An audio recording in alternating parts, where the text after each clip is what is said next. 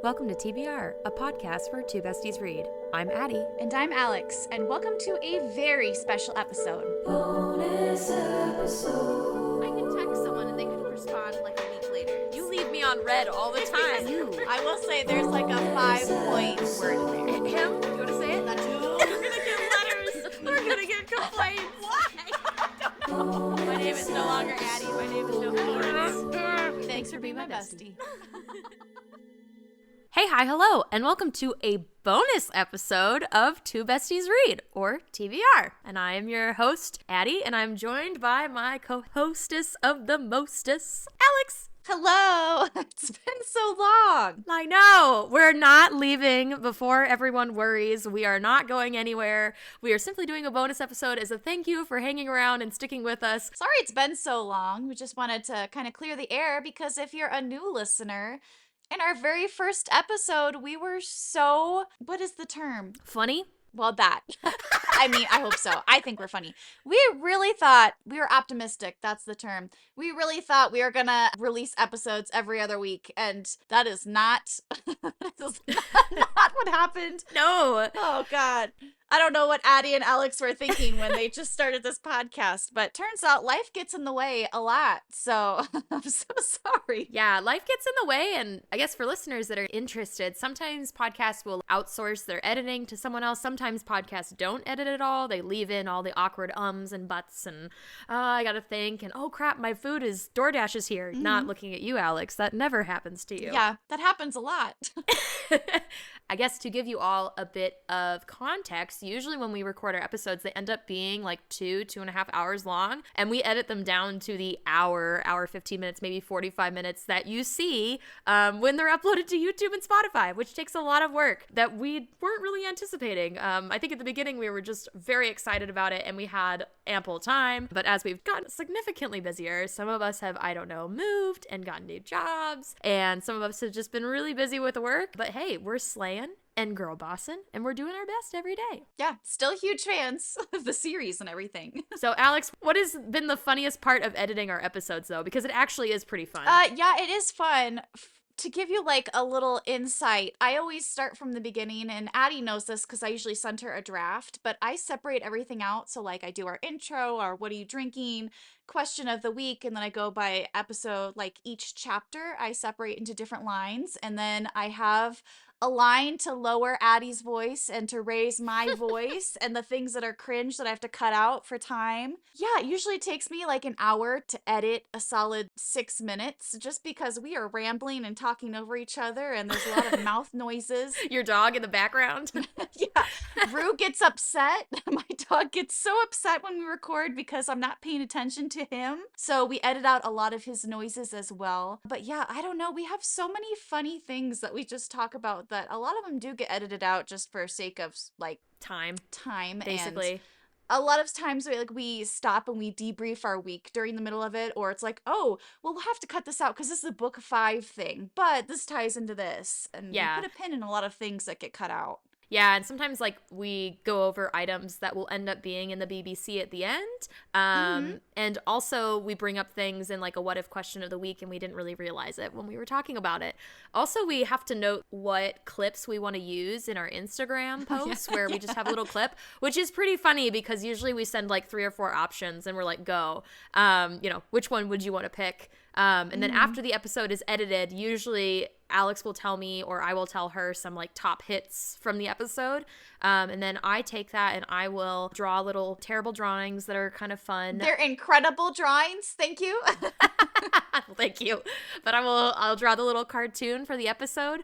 And after that, it's a lot of just making sure it gets uploaded everywhere. So we have to make sure it gets uploaded on the Spotify with the correct cover, make sure the description's there. We'll send a description of the episode back and forth to make sure we're covering all the highlights of the episode.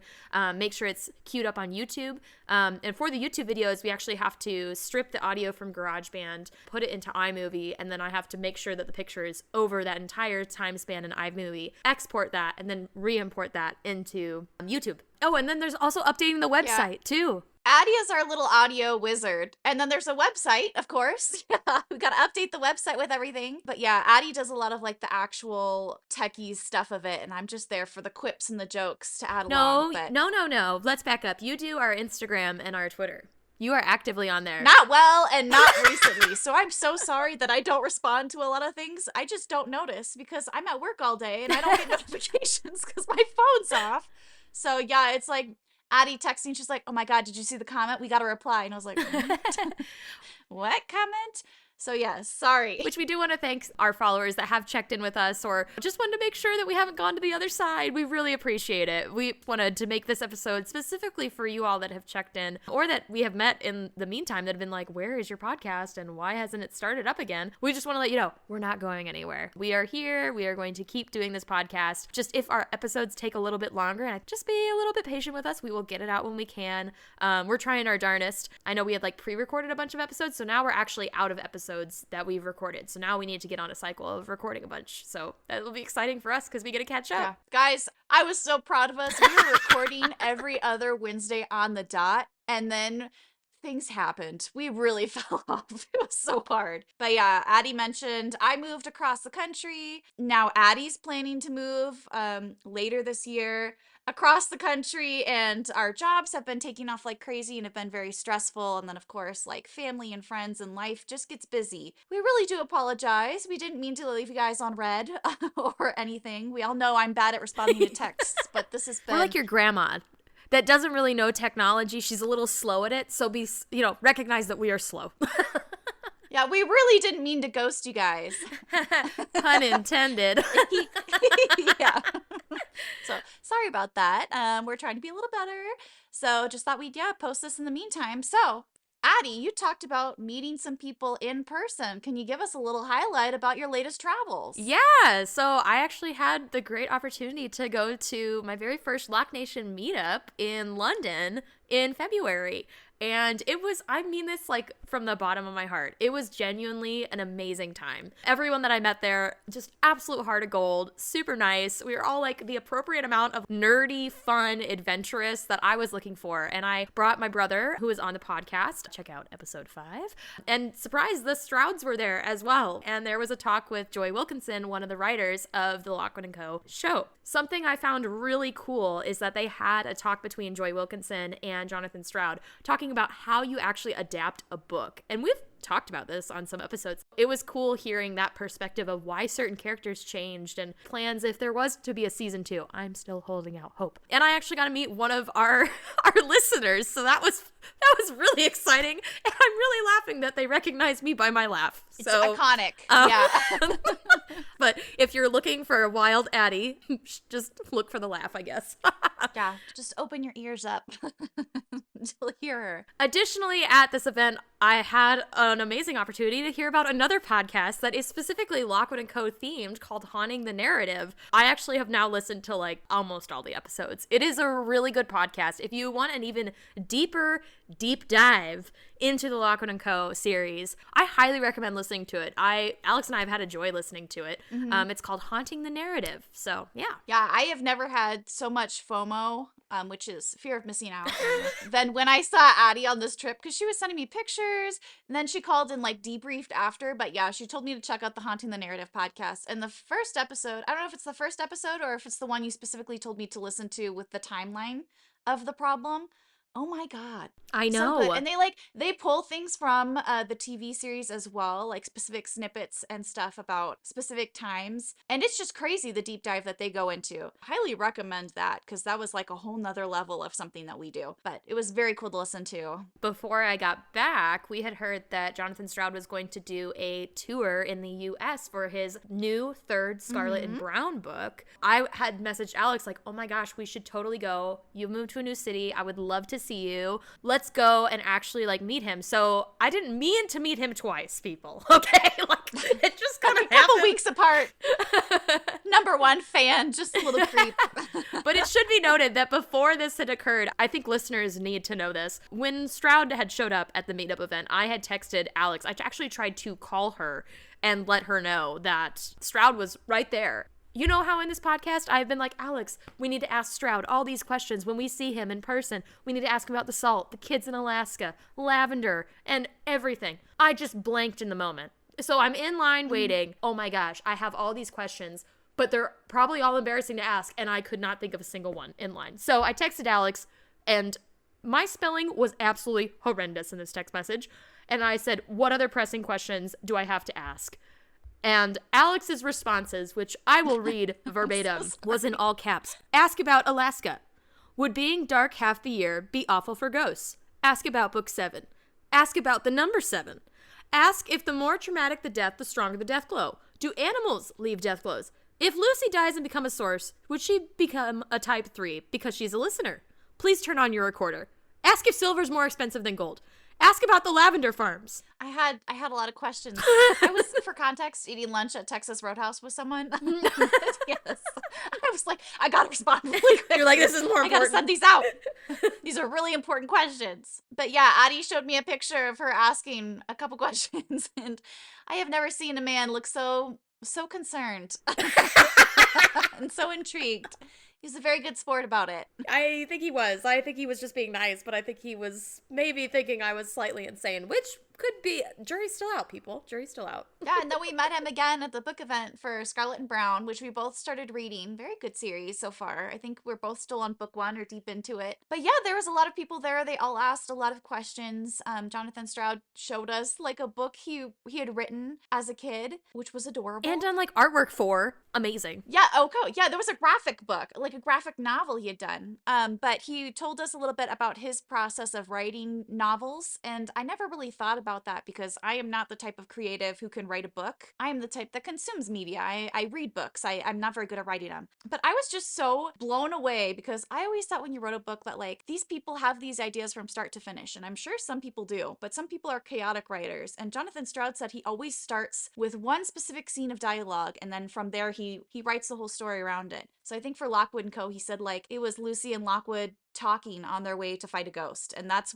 like the scene that started it, which is crazy. So we got to hear about his process, which was very cool. And we met up with him and his wife afterwards, and they're both incredibly lovely people. So it was just a very good time. I also was starstruck, and I did cry after we left just a little bit. We did. We kind of were like in a state of awe in the car, like, oh my gosh, that just happened. We just talked to them for like two and a half hours. Yes. It was very cool. So that was really fun. And, you know, if the Strouds are listening, I don't know if they are. They now follow our podcast. But if they are, thank you so much again. I know I've said it like 4 or 5 times, but we genuinely really appreciate you both taking the time to talk to us. And also, thanks to the other Lock Nation members that were there that we got to meet. That was so exciting. And they also asked really good questions. There was a lot of really good questions being asked. I guess if listeners want to know, what was your question again that you asked? I asked if when he's writing a series, if he's not sure if it's going to be a standalone book or a series, if he intentionally leaves in breadcrumbs for future books to bring up. So like the Orpheus Society with the liar being in the first Lockwood & Co book. Like if he wrote that in knowing it would become such a big part of the plot. I went back to my color theory that we were talking about Penelope Fitz and how there's even like kind of a spoiler in her coloring of the silver. Every time you see her is silver, and that's supposed to be a ghostly color. That's the biggest hint of who she really is. How do you just plan that in like book 2? That's insane. Yeah, it's wild. So yeah, he did say he planned some stuff out. Yeah, interesting to hear how you could start broad and then as you keep writing a series, choose certain things that you just randomly keep picking up and then make those the strings that makes it almost look like you've planned it the whole time. Yeah, and I think one of the most shocking things he had said, he never really had planned for Skull to become such a big character, because Skull was really just in that first trial when Lucy was interviewing. He was just a source, and then he became this huge character later in the series. So we didn't know that at the time. That made me think of other novels that we've read where there probably was like a minor character that became bigger. If it was just because the author really liked him, and maybe it's just because I finished Throne of Glass recently, but Chaol in the Throne of Glass series is a good example because I don't think she wanted to keep him around for a while, but she hung on to him. I did not like that character. However, you could tell that she like really liked that character and wanted to hang on to him, and he became more prominent as the story went on. But I think there's probably some authors, maybe even in Harry Potter, like, was Dobby supposed to be around the whole time? Now that's making me wonder. Yeah, I don't know. And I know in like certain TV shows too, they have this throwaway character, and of course I can't think of any right now, because we're recording. So Oh, probably I can. remember. Parks and Rec. Yes, Parks and Recreation. yes.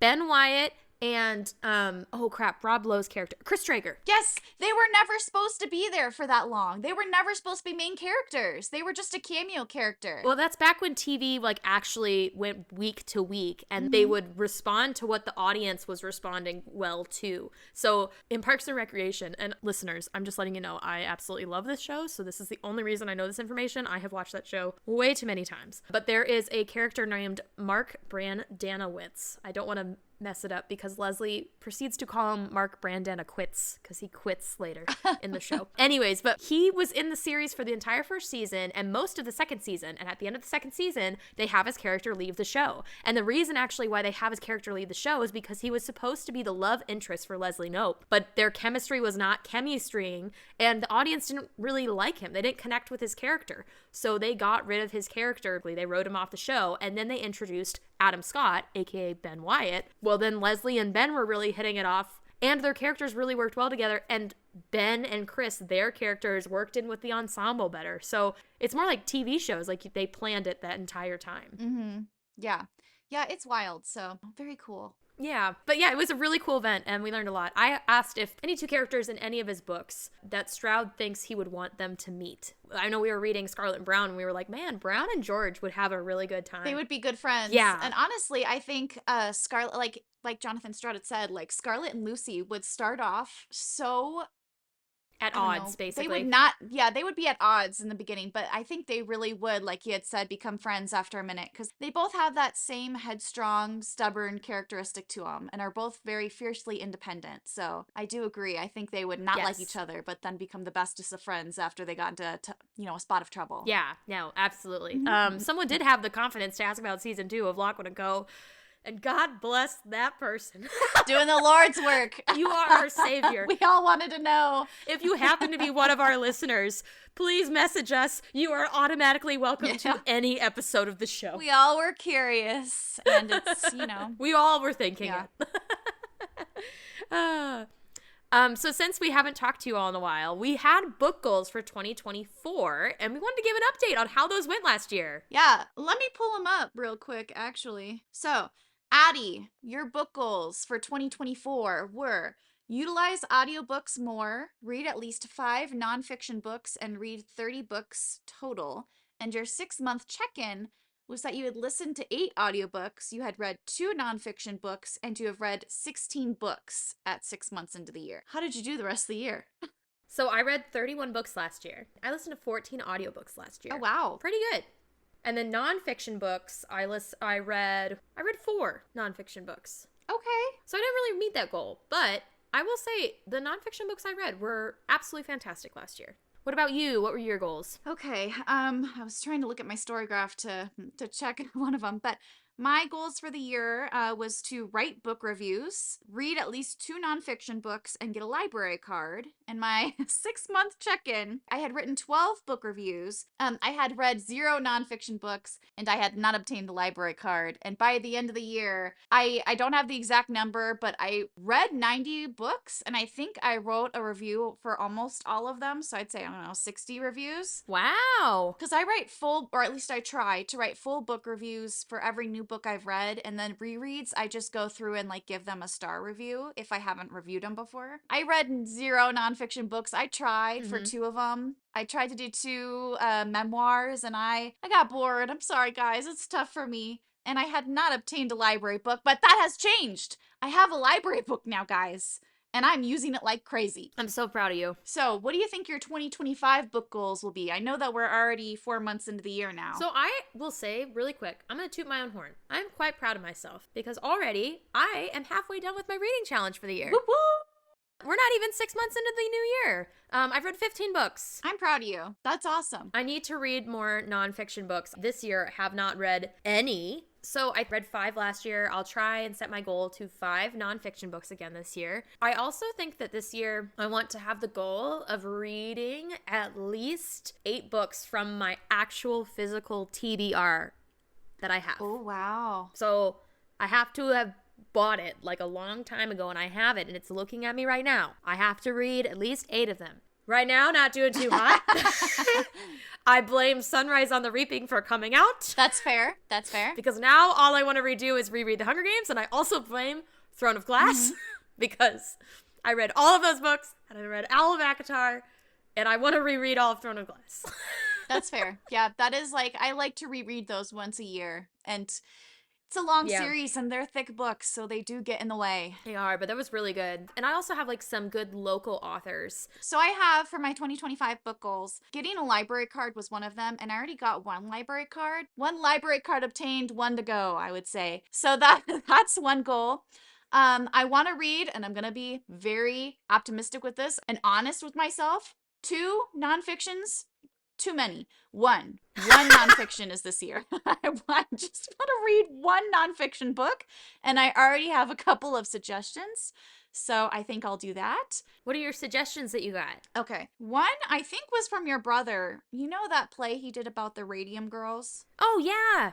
I want to read that book. And then there's also one, this one I've heard from TikTok. It's a very good feminist book, but they said it will make you mad about the state of the world. It's called Invisible Women, Data Bias in a World Designed for Men. It was published in 2019. I have that one. I haven't read it yet.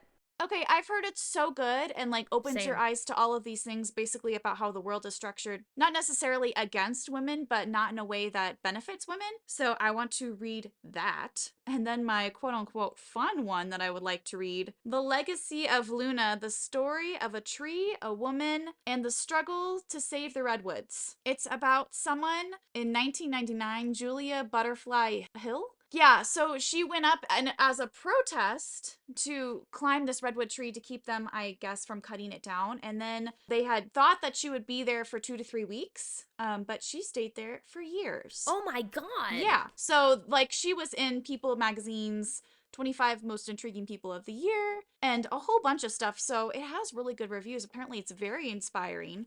Just to hear this woman's story. So I thought that, I mean, it sounds interesting. I don't think I could live in a tree, so I'd love to hear about how she did it. Yeah, she stayed up there for 2 years. More than 2 years. That's impressive. Which is crazy. So those are my options. I'd like to read at least one of them fully.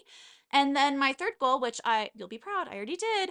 I wanted to host a book club. So Yay! yeah, since moving to this new area, I got drafted into this book club and I hosted one in my little apartment. I'm so proud of you. Proud of myself. That's amazing.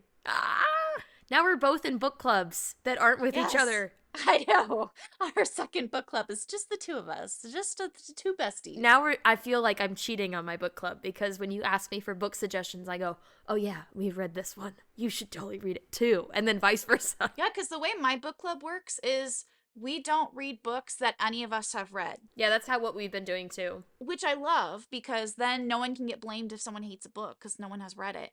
But it does cut out some books that I think that I've read that have really good discussion points. So I think I only did that with one book, and it was The Midnight Library, because I was like, I would love to read this again. See, I wanted to pitch that book.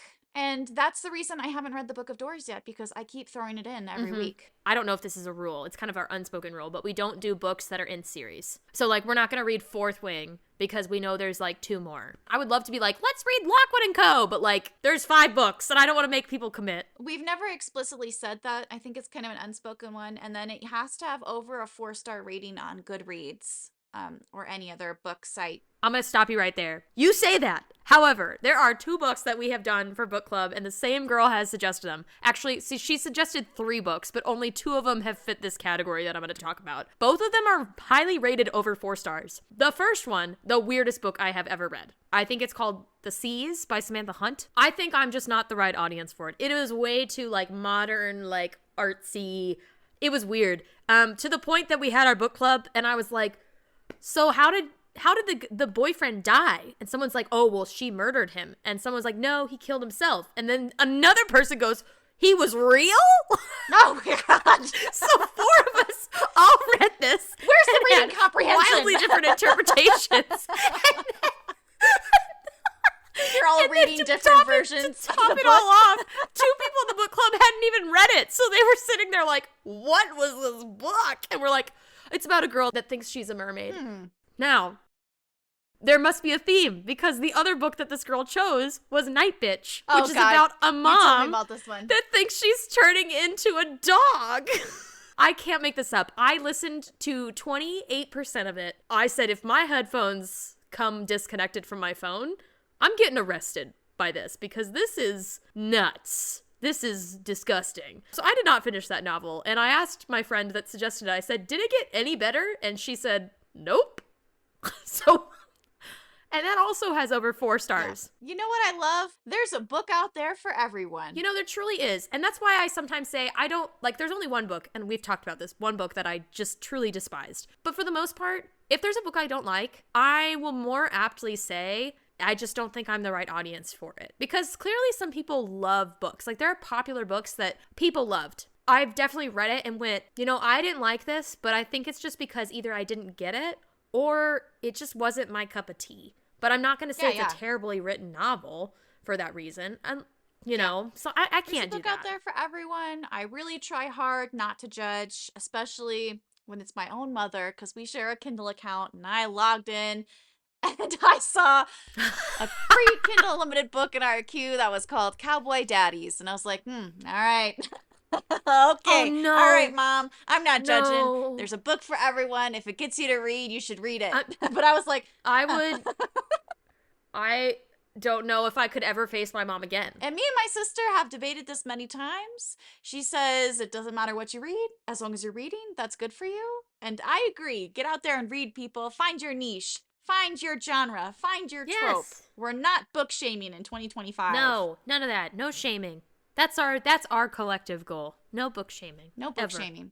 Now, speaking of shame, pitch me the last book you read, Addi. I actually got this at the Bookies bookstore where Stroud's event was that we went to. It was a book called Murder by Memory. Super easy. I read it on the entire flight back to my house. It was actually really interesting. It was a good murder mystery, but in space and with like a lot of science fiction. And also it had LGBTQ plus representation. We stand. Oh. It was interesting how like you can move your memories and your consciousness into different bodies. So these people have been living for like hundreds of years by just bouncing around to different bodies. But the main character, they wake up in a body that they were not anticipating to wake up in. And they feel like whoever was in their body before committed a murder because there's a dead body. Love that. So they have to figure out basically what happened, but they can't contact the person that actually died. So it was really good, and it's very quick. It felt like an Agatha Christie, like whodunit. It was just easy. The lady in the plane definitely had to like tap my shoulder and be like, "Bitch, your ginger ale is here."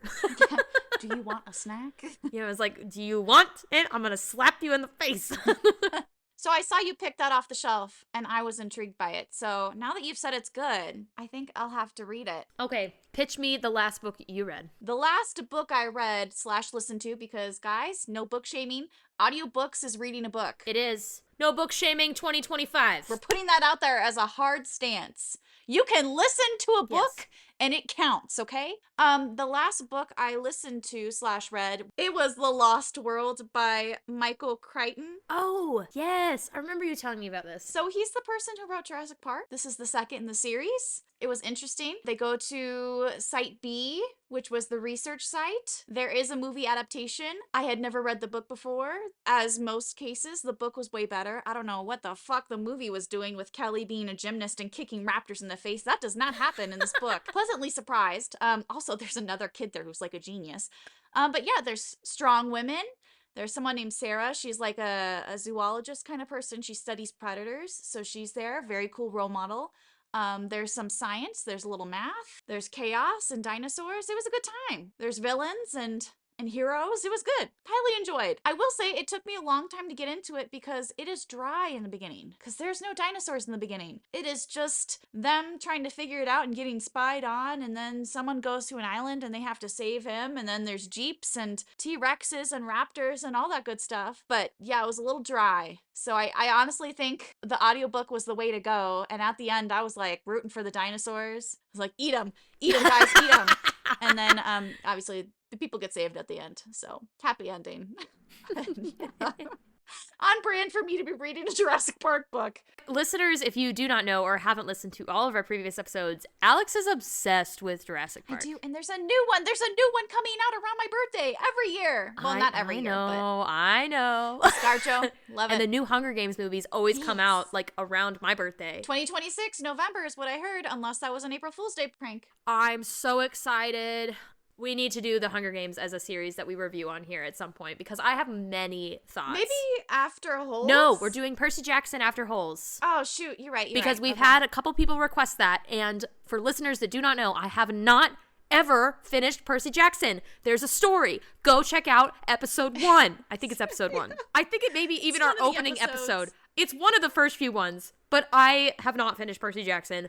I don't want to hear it. She hasn't even gotten through the labyrinth, guys. No book shaming. 2025, okay? Don't shame me. I know I'm the problem, okay? I recognize this. We're going to right these wrongs. We are. Either this year or next year or the year after when we finally get to it. If it is the last thing I do this year, it will be starting the Percy Jackson series over again. I say that, but we still have to finish Lockwood and Co. And then we have to read Holes. Yes. No, that is next on the docket, which leads to another point before we get to the special ending of this episode is our plans moving forward. So, like we said, we are going to be coming out with the episodes. Don't think we've forgotten you. This show is continuing. I'll say it for the 1,000th time. We're not going anywhere. The show will go on. But we will be finishing up The Hollow Boy and then moving on to Creeping Shadow and then Empty Grave, and then we'll do a book discussion at the end. Hopefully we'll have some more guests coming in for the BBC to keep us company and talk with us. Maybe Carson will make a return. If the people want Carson, we'll give you Carson. But after that, yes, we want to do a more of a solo novel, so we're not going to break up Holes into multiple parts. We're just going to do 2 episodes on Holes, one where we actually talk about the book and one where we watch the movie and go through differences between the book and the movie and how it was adapted, because Alex and I love talking about that. That's why I think why we were really drawn to Lockwood and Company, because it was a fantastic adaptation. And while we're talking about Percy Jackson, I think Lockwood and Co. the series lended itself so well since the books were already split up into like part 1, part 2, part 3, part 5 within each book. So we had kind of been going through each of those parts and then splitting it up into further chapters depending on how juicy the chapter was and how much we had to talk about. But we think for Percy Jackson, since the books are a little bit thinner and a little bit faster of a read, that we're just going to kind of split them up into thirds and we'll kind of do it that way. I mean, obviously we'll post the chapters that we're going to go through, but it'll be different, I think, for each book. And we love hearing from you all of suggestions for books to read. Please let us know. We are genuinely interested for our show. Do you like the synopsis more? Do you like the fun questions more? Like, should we make it more 50-50? How's the format of this working? Yes. After listening to a lot of book podcasters, they all do it different. So it's all very interesting. I mean, Addi and I kind of take a chapter and go through it, like what happened, and go through and pull specific lines out and dialogue and scenery and talk about that for quite a long time. Whereas a lot of people just do, here's what happened in these 5 chapters. Let us gab about it. So yeah, let us know. And let us know if you're interested. Like, do you guys love the BBC? We love the BBC. Do you like the domino moment? I don't know. Do you guys hate the what if question of the week? Like, let us know what you're thinking, because we can add things. We can take them out, If you have suggestions for segments that we could add in, we would definitely love to hear that. Maybe we can try a couple of them out. Yeah. And now, ladies and gentlemen, for the bonus of the bonus episode. Not the announcer voice. The announcer voice is coming out for this. Addi was so excited about this, guys. She FaceTimed me. Listeners, I have to tell you, I was at a bookstore bar in the downtown of where I live, and there was a book called Weird Medieval Guys: How to Live, Laugh, Love, and Die in Dark Times. Alex and I started reading through this when we were together, and we determined that we had to wait until we did a podcast episode to read parts of this book. It is wildly hilarious. It feels like a choose your own adventure for medieval times with quizzes in it, and the quizzes were making us just cry of laughter. So, hold up. How do you say hey, hi, hello in medieval? Hey, hi, hello, and you gotta look it up. M'lady, my lord, good day. Well met. Okay, hold on. Good morrow and well met, listeners. You are here with Guinevere the Wise and Yolanda the Mad. I swear, listeners, there is context to it. We're going to start, Alex, with the very first quiz that we were laughing at. What was my name again? Guinevere? Yes. So, day of your birth. Okay, I know when you're born. You were Guinevere the Wise, because you're wise. Guinevere the Wise. And I'm Yolanda the Mad. Insane. Ooh. And now, gentle listeners, how fare ye? We shall go to the very first quiz. I love this. It's 2 wenches read. 2 wenches read. TWR. I love it. Oh, the very first question. If you could have any animal's ability, what would it be? A, the owl's ability to turn its head around backwards. B, the pig's ability to eat acorns raw. C, the snail's ability to make its own slime. Or D, The frog's ability to hibernate in ponds all winter. This is a tough one because you could make your own face products as a snail, but I think I would have to say the frog because you know me, I like to hibernate. Ooh, yeah. I think I want the owl's ability. To turn your head around? I know you would use that when we're like, don't be obvious, but look behind you. Crack! Cracks the head around. Oh, yeah, 100%. I would use it. Yep. Next question, which is my favorite one, on TWR. 2 wenches read. Do you have faith in the power of friendship? A. Most of my friends are also my enemies. B. I could not have survived my many struggles without friendship. C. That's stupid. Or D. Friendship forever. Say our answer. Ready? 1, 2, 3. D. Friendship forever. Hey, none of us said C, but C was clearly the funniest answer. That's stupid. This next question is so funny. What sin do you commit the most often? A. I get road rage when people ride their donkeys too slowly. B. I say the Lord's name in vain every goddamn day. God. C. I secretly think Jeff's wife is a total babe. Oh. Or D. I can never say no to another pheasant pie. It's me, all of the answers. But I'll take road rage, please. Okay. Hold on, what did you say? Oh, I gotta say probably D. Pheasant is good. That's fair. It's good. Duck is good too. I know you've had guinea pig. Did you actually eat guinea pig? No. Wait. I'm withholding that information for the sake of my little cousin who has a guinea pig. Okay, I think we all know the answer. Next question. How frequently do you pray? A. I'm praying right now. B. I've prayed at least once before in my life. C. I pray at church every week. Or D. I only pray when I want something. This wench's grandma would be rolling in her grave. Yeah, I know. That's my answer. Well, we could just say all of those answers are really funny. I love this book. And it tells you what your job would be and where you would live. Guys, I would live in Venice, according to the book. Yes. I was in London, was my city. You could have been a part of Lockwood & Co. I could have in medieval times. 2 wenches fight ghosts. TWFG. Specters. I think they're specters. Specters. Spar with specters. You could spar with specters. Guys, we're rebranding. That's a great. We're rebranding. Okay. Now this is probably our actual last question, because this is something that Stroud brought up. So he was talking about coming up with like really cool book ideas, and this medieval guide just reminded me that I had a book idea from a long time ago when we lived together. I had a specific scene that I was like, yes, I want to build around this one scene. Pitch me one of your book ideas that if you could write anything, what would your book idea be? I have a lot of really dumb book ideas, and some that I was like, this is the best book idea in the world, and turns out it's just something I had already read. Plagiarizing things. But this one, actually, I came up with when you came to visit me not too long ago. So we went to Meow Wolf. So I don't know if other people know what Meow Wolf is. It's like an immersive art universe exhibit. You can like touch everything, and there's like a scavenger hunt in there, and it's like a playground. Yeah, we went to some quantum realm where like the overarching theme was like the universe is together, and it's kind of for you to like figure out the story. There's a scavenger hunt if you want to do a little extra.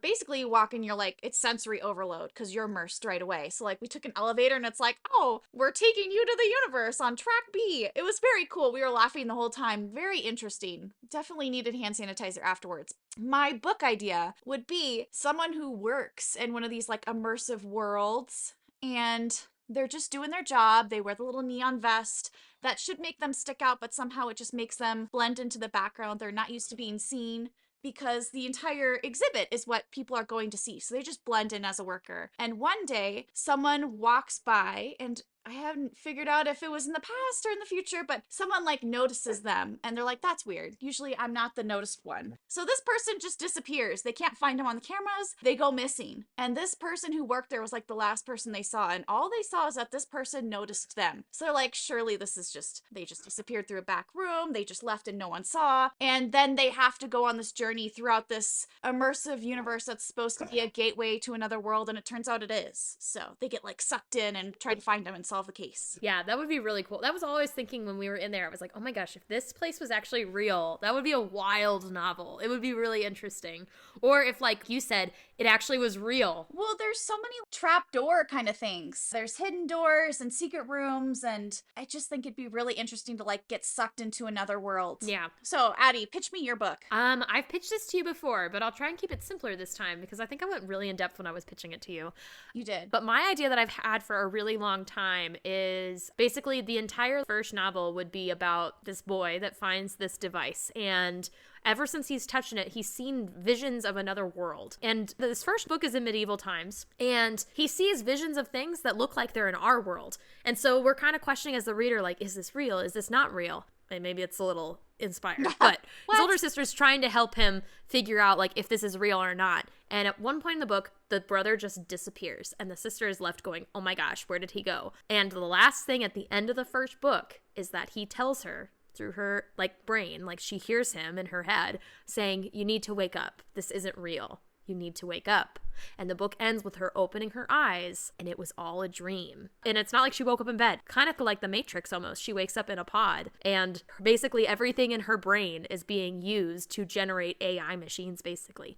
So it's kind of like against artificial intelligence, but also just like talking about how the act of being human and the heart that you put into art and literature and just getting tasks done. I mean, both of us are sciencey majors, but the heart that goes into my work would not be the same if a computer did it. And so that's like kind of the whole point of the series. It would be probably multiple books to kind of talk about that issue. And I've thought about this book for years. The one scene that I have always thought about is the brother saying you need to wake up and her waking up and being panicked and trying to figure out, he told me to find him. I have to figure out how to get out of here now that I'm awake, but I can't let them know I'm awake. And I have loved that. I think that's something I really liked about the Matrix movies. I loved those movies. I like that sci-fi fantasy element. Love the TV show Severance with that idea of like two different versions of yourself and you don't know really what's real, what's not real, and you're trying to like fight these two experiences that I feel like at times I've experienced that. So that's my book idea. I think it would be really fun to write, and eventually maybe someday I'll write it down, but who knows? Please write this. I know. I will. At least do what Jonathan Stroud does and write the dialogue so you can come back to it and expand on the universe, because that sounds incredible. I love a bait and switch where you think you know everything about the world and they rip the rug out from under you and you're like, ha, it's a dream.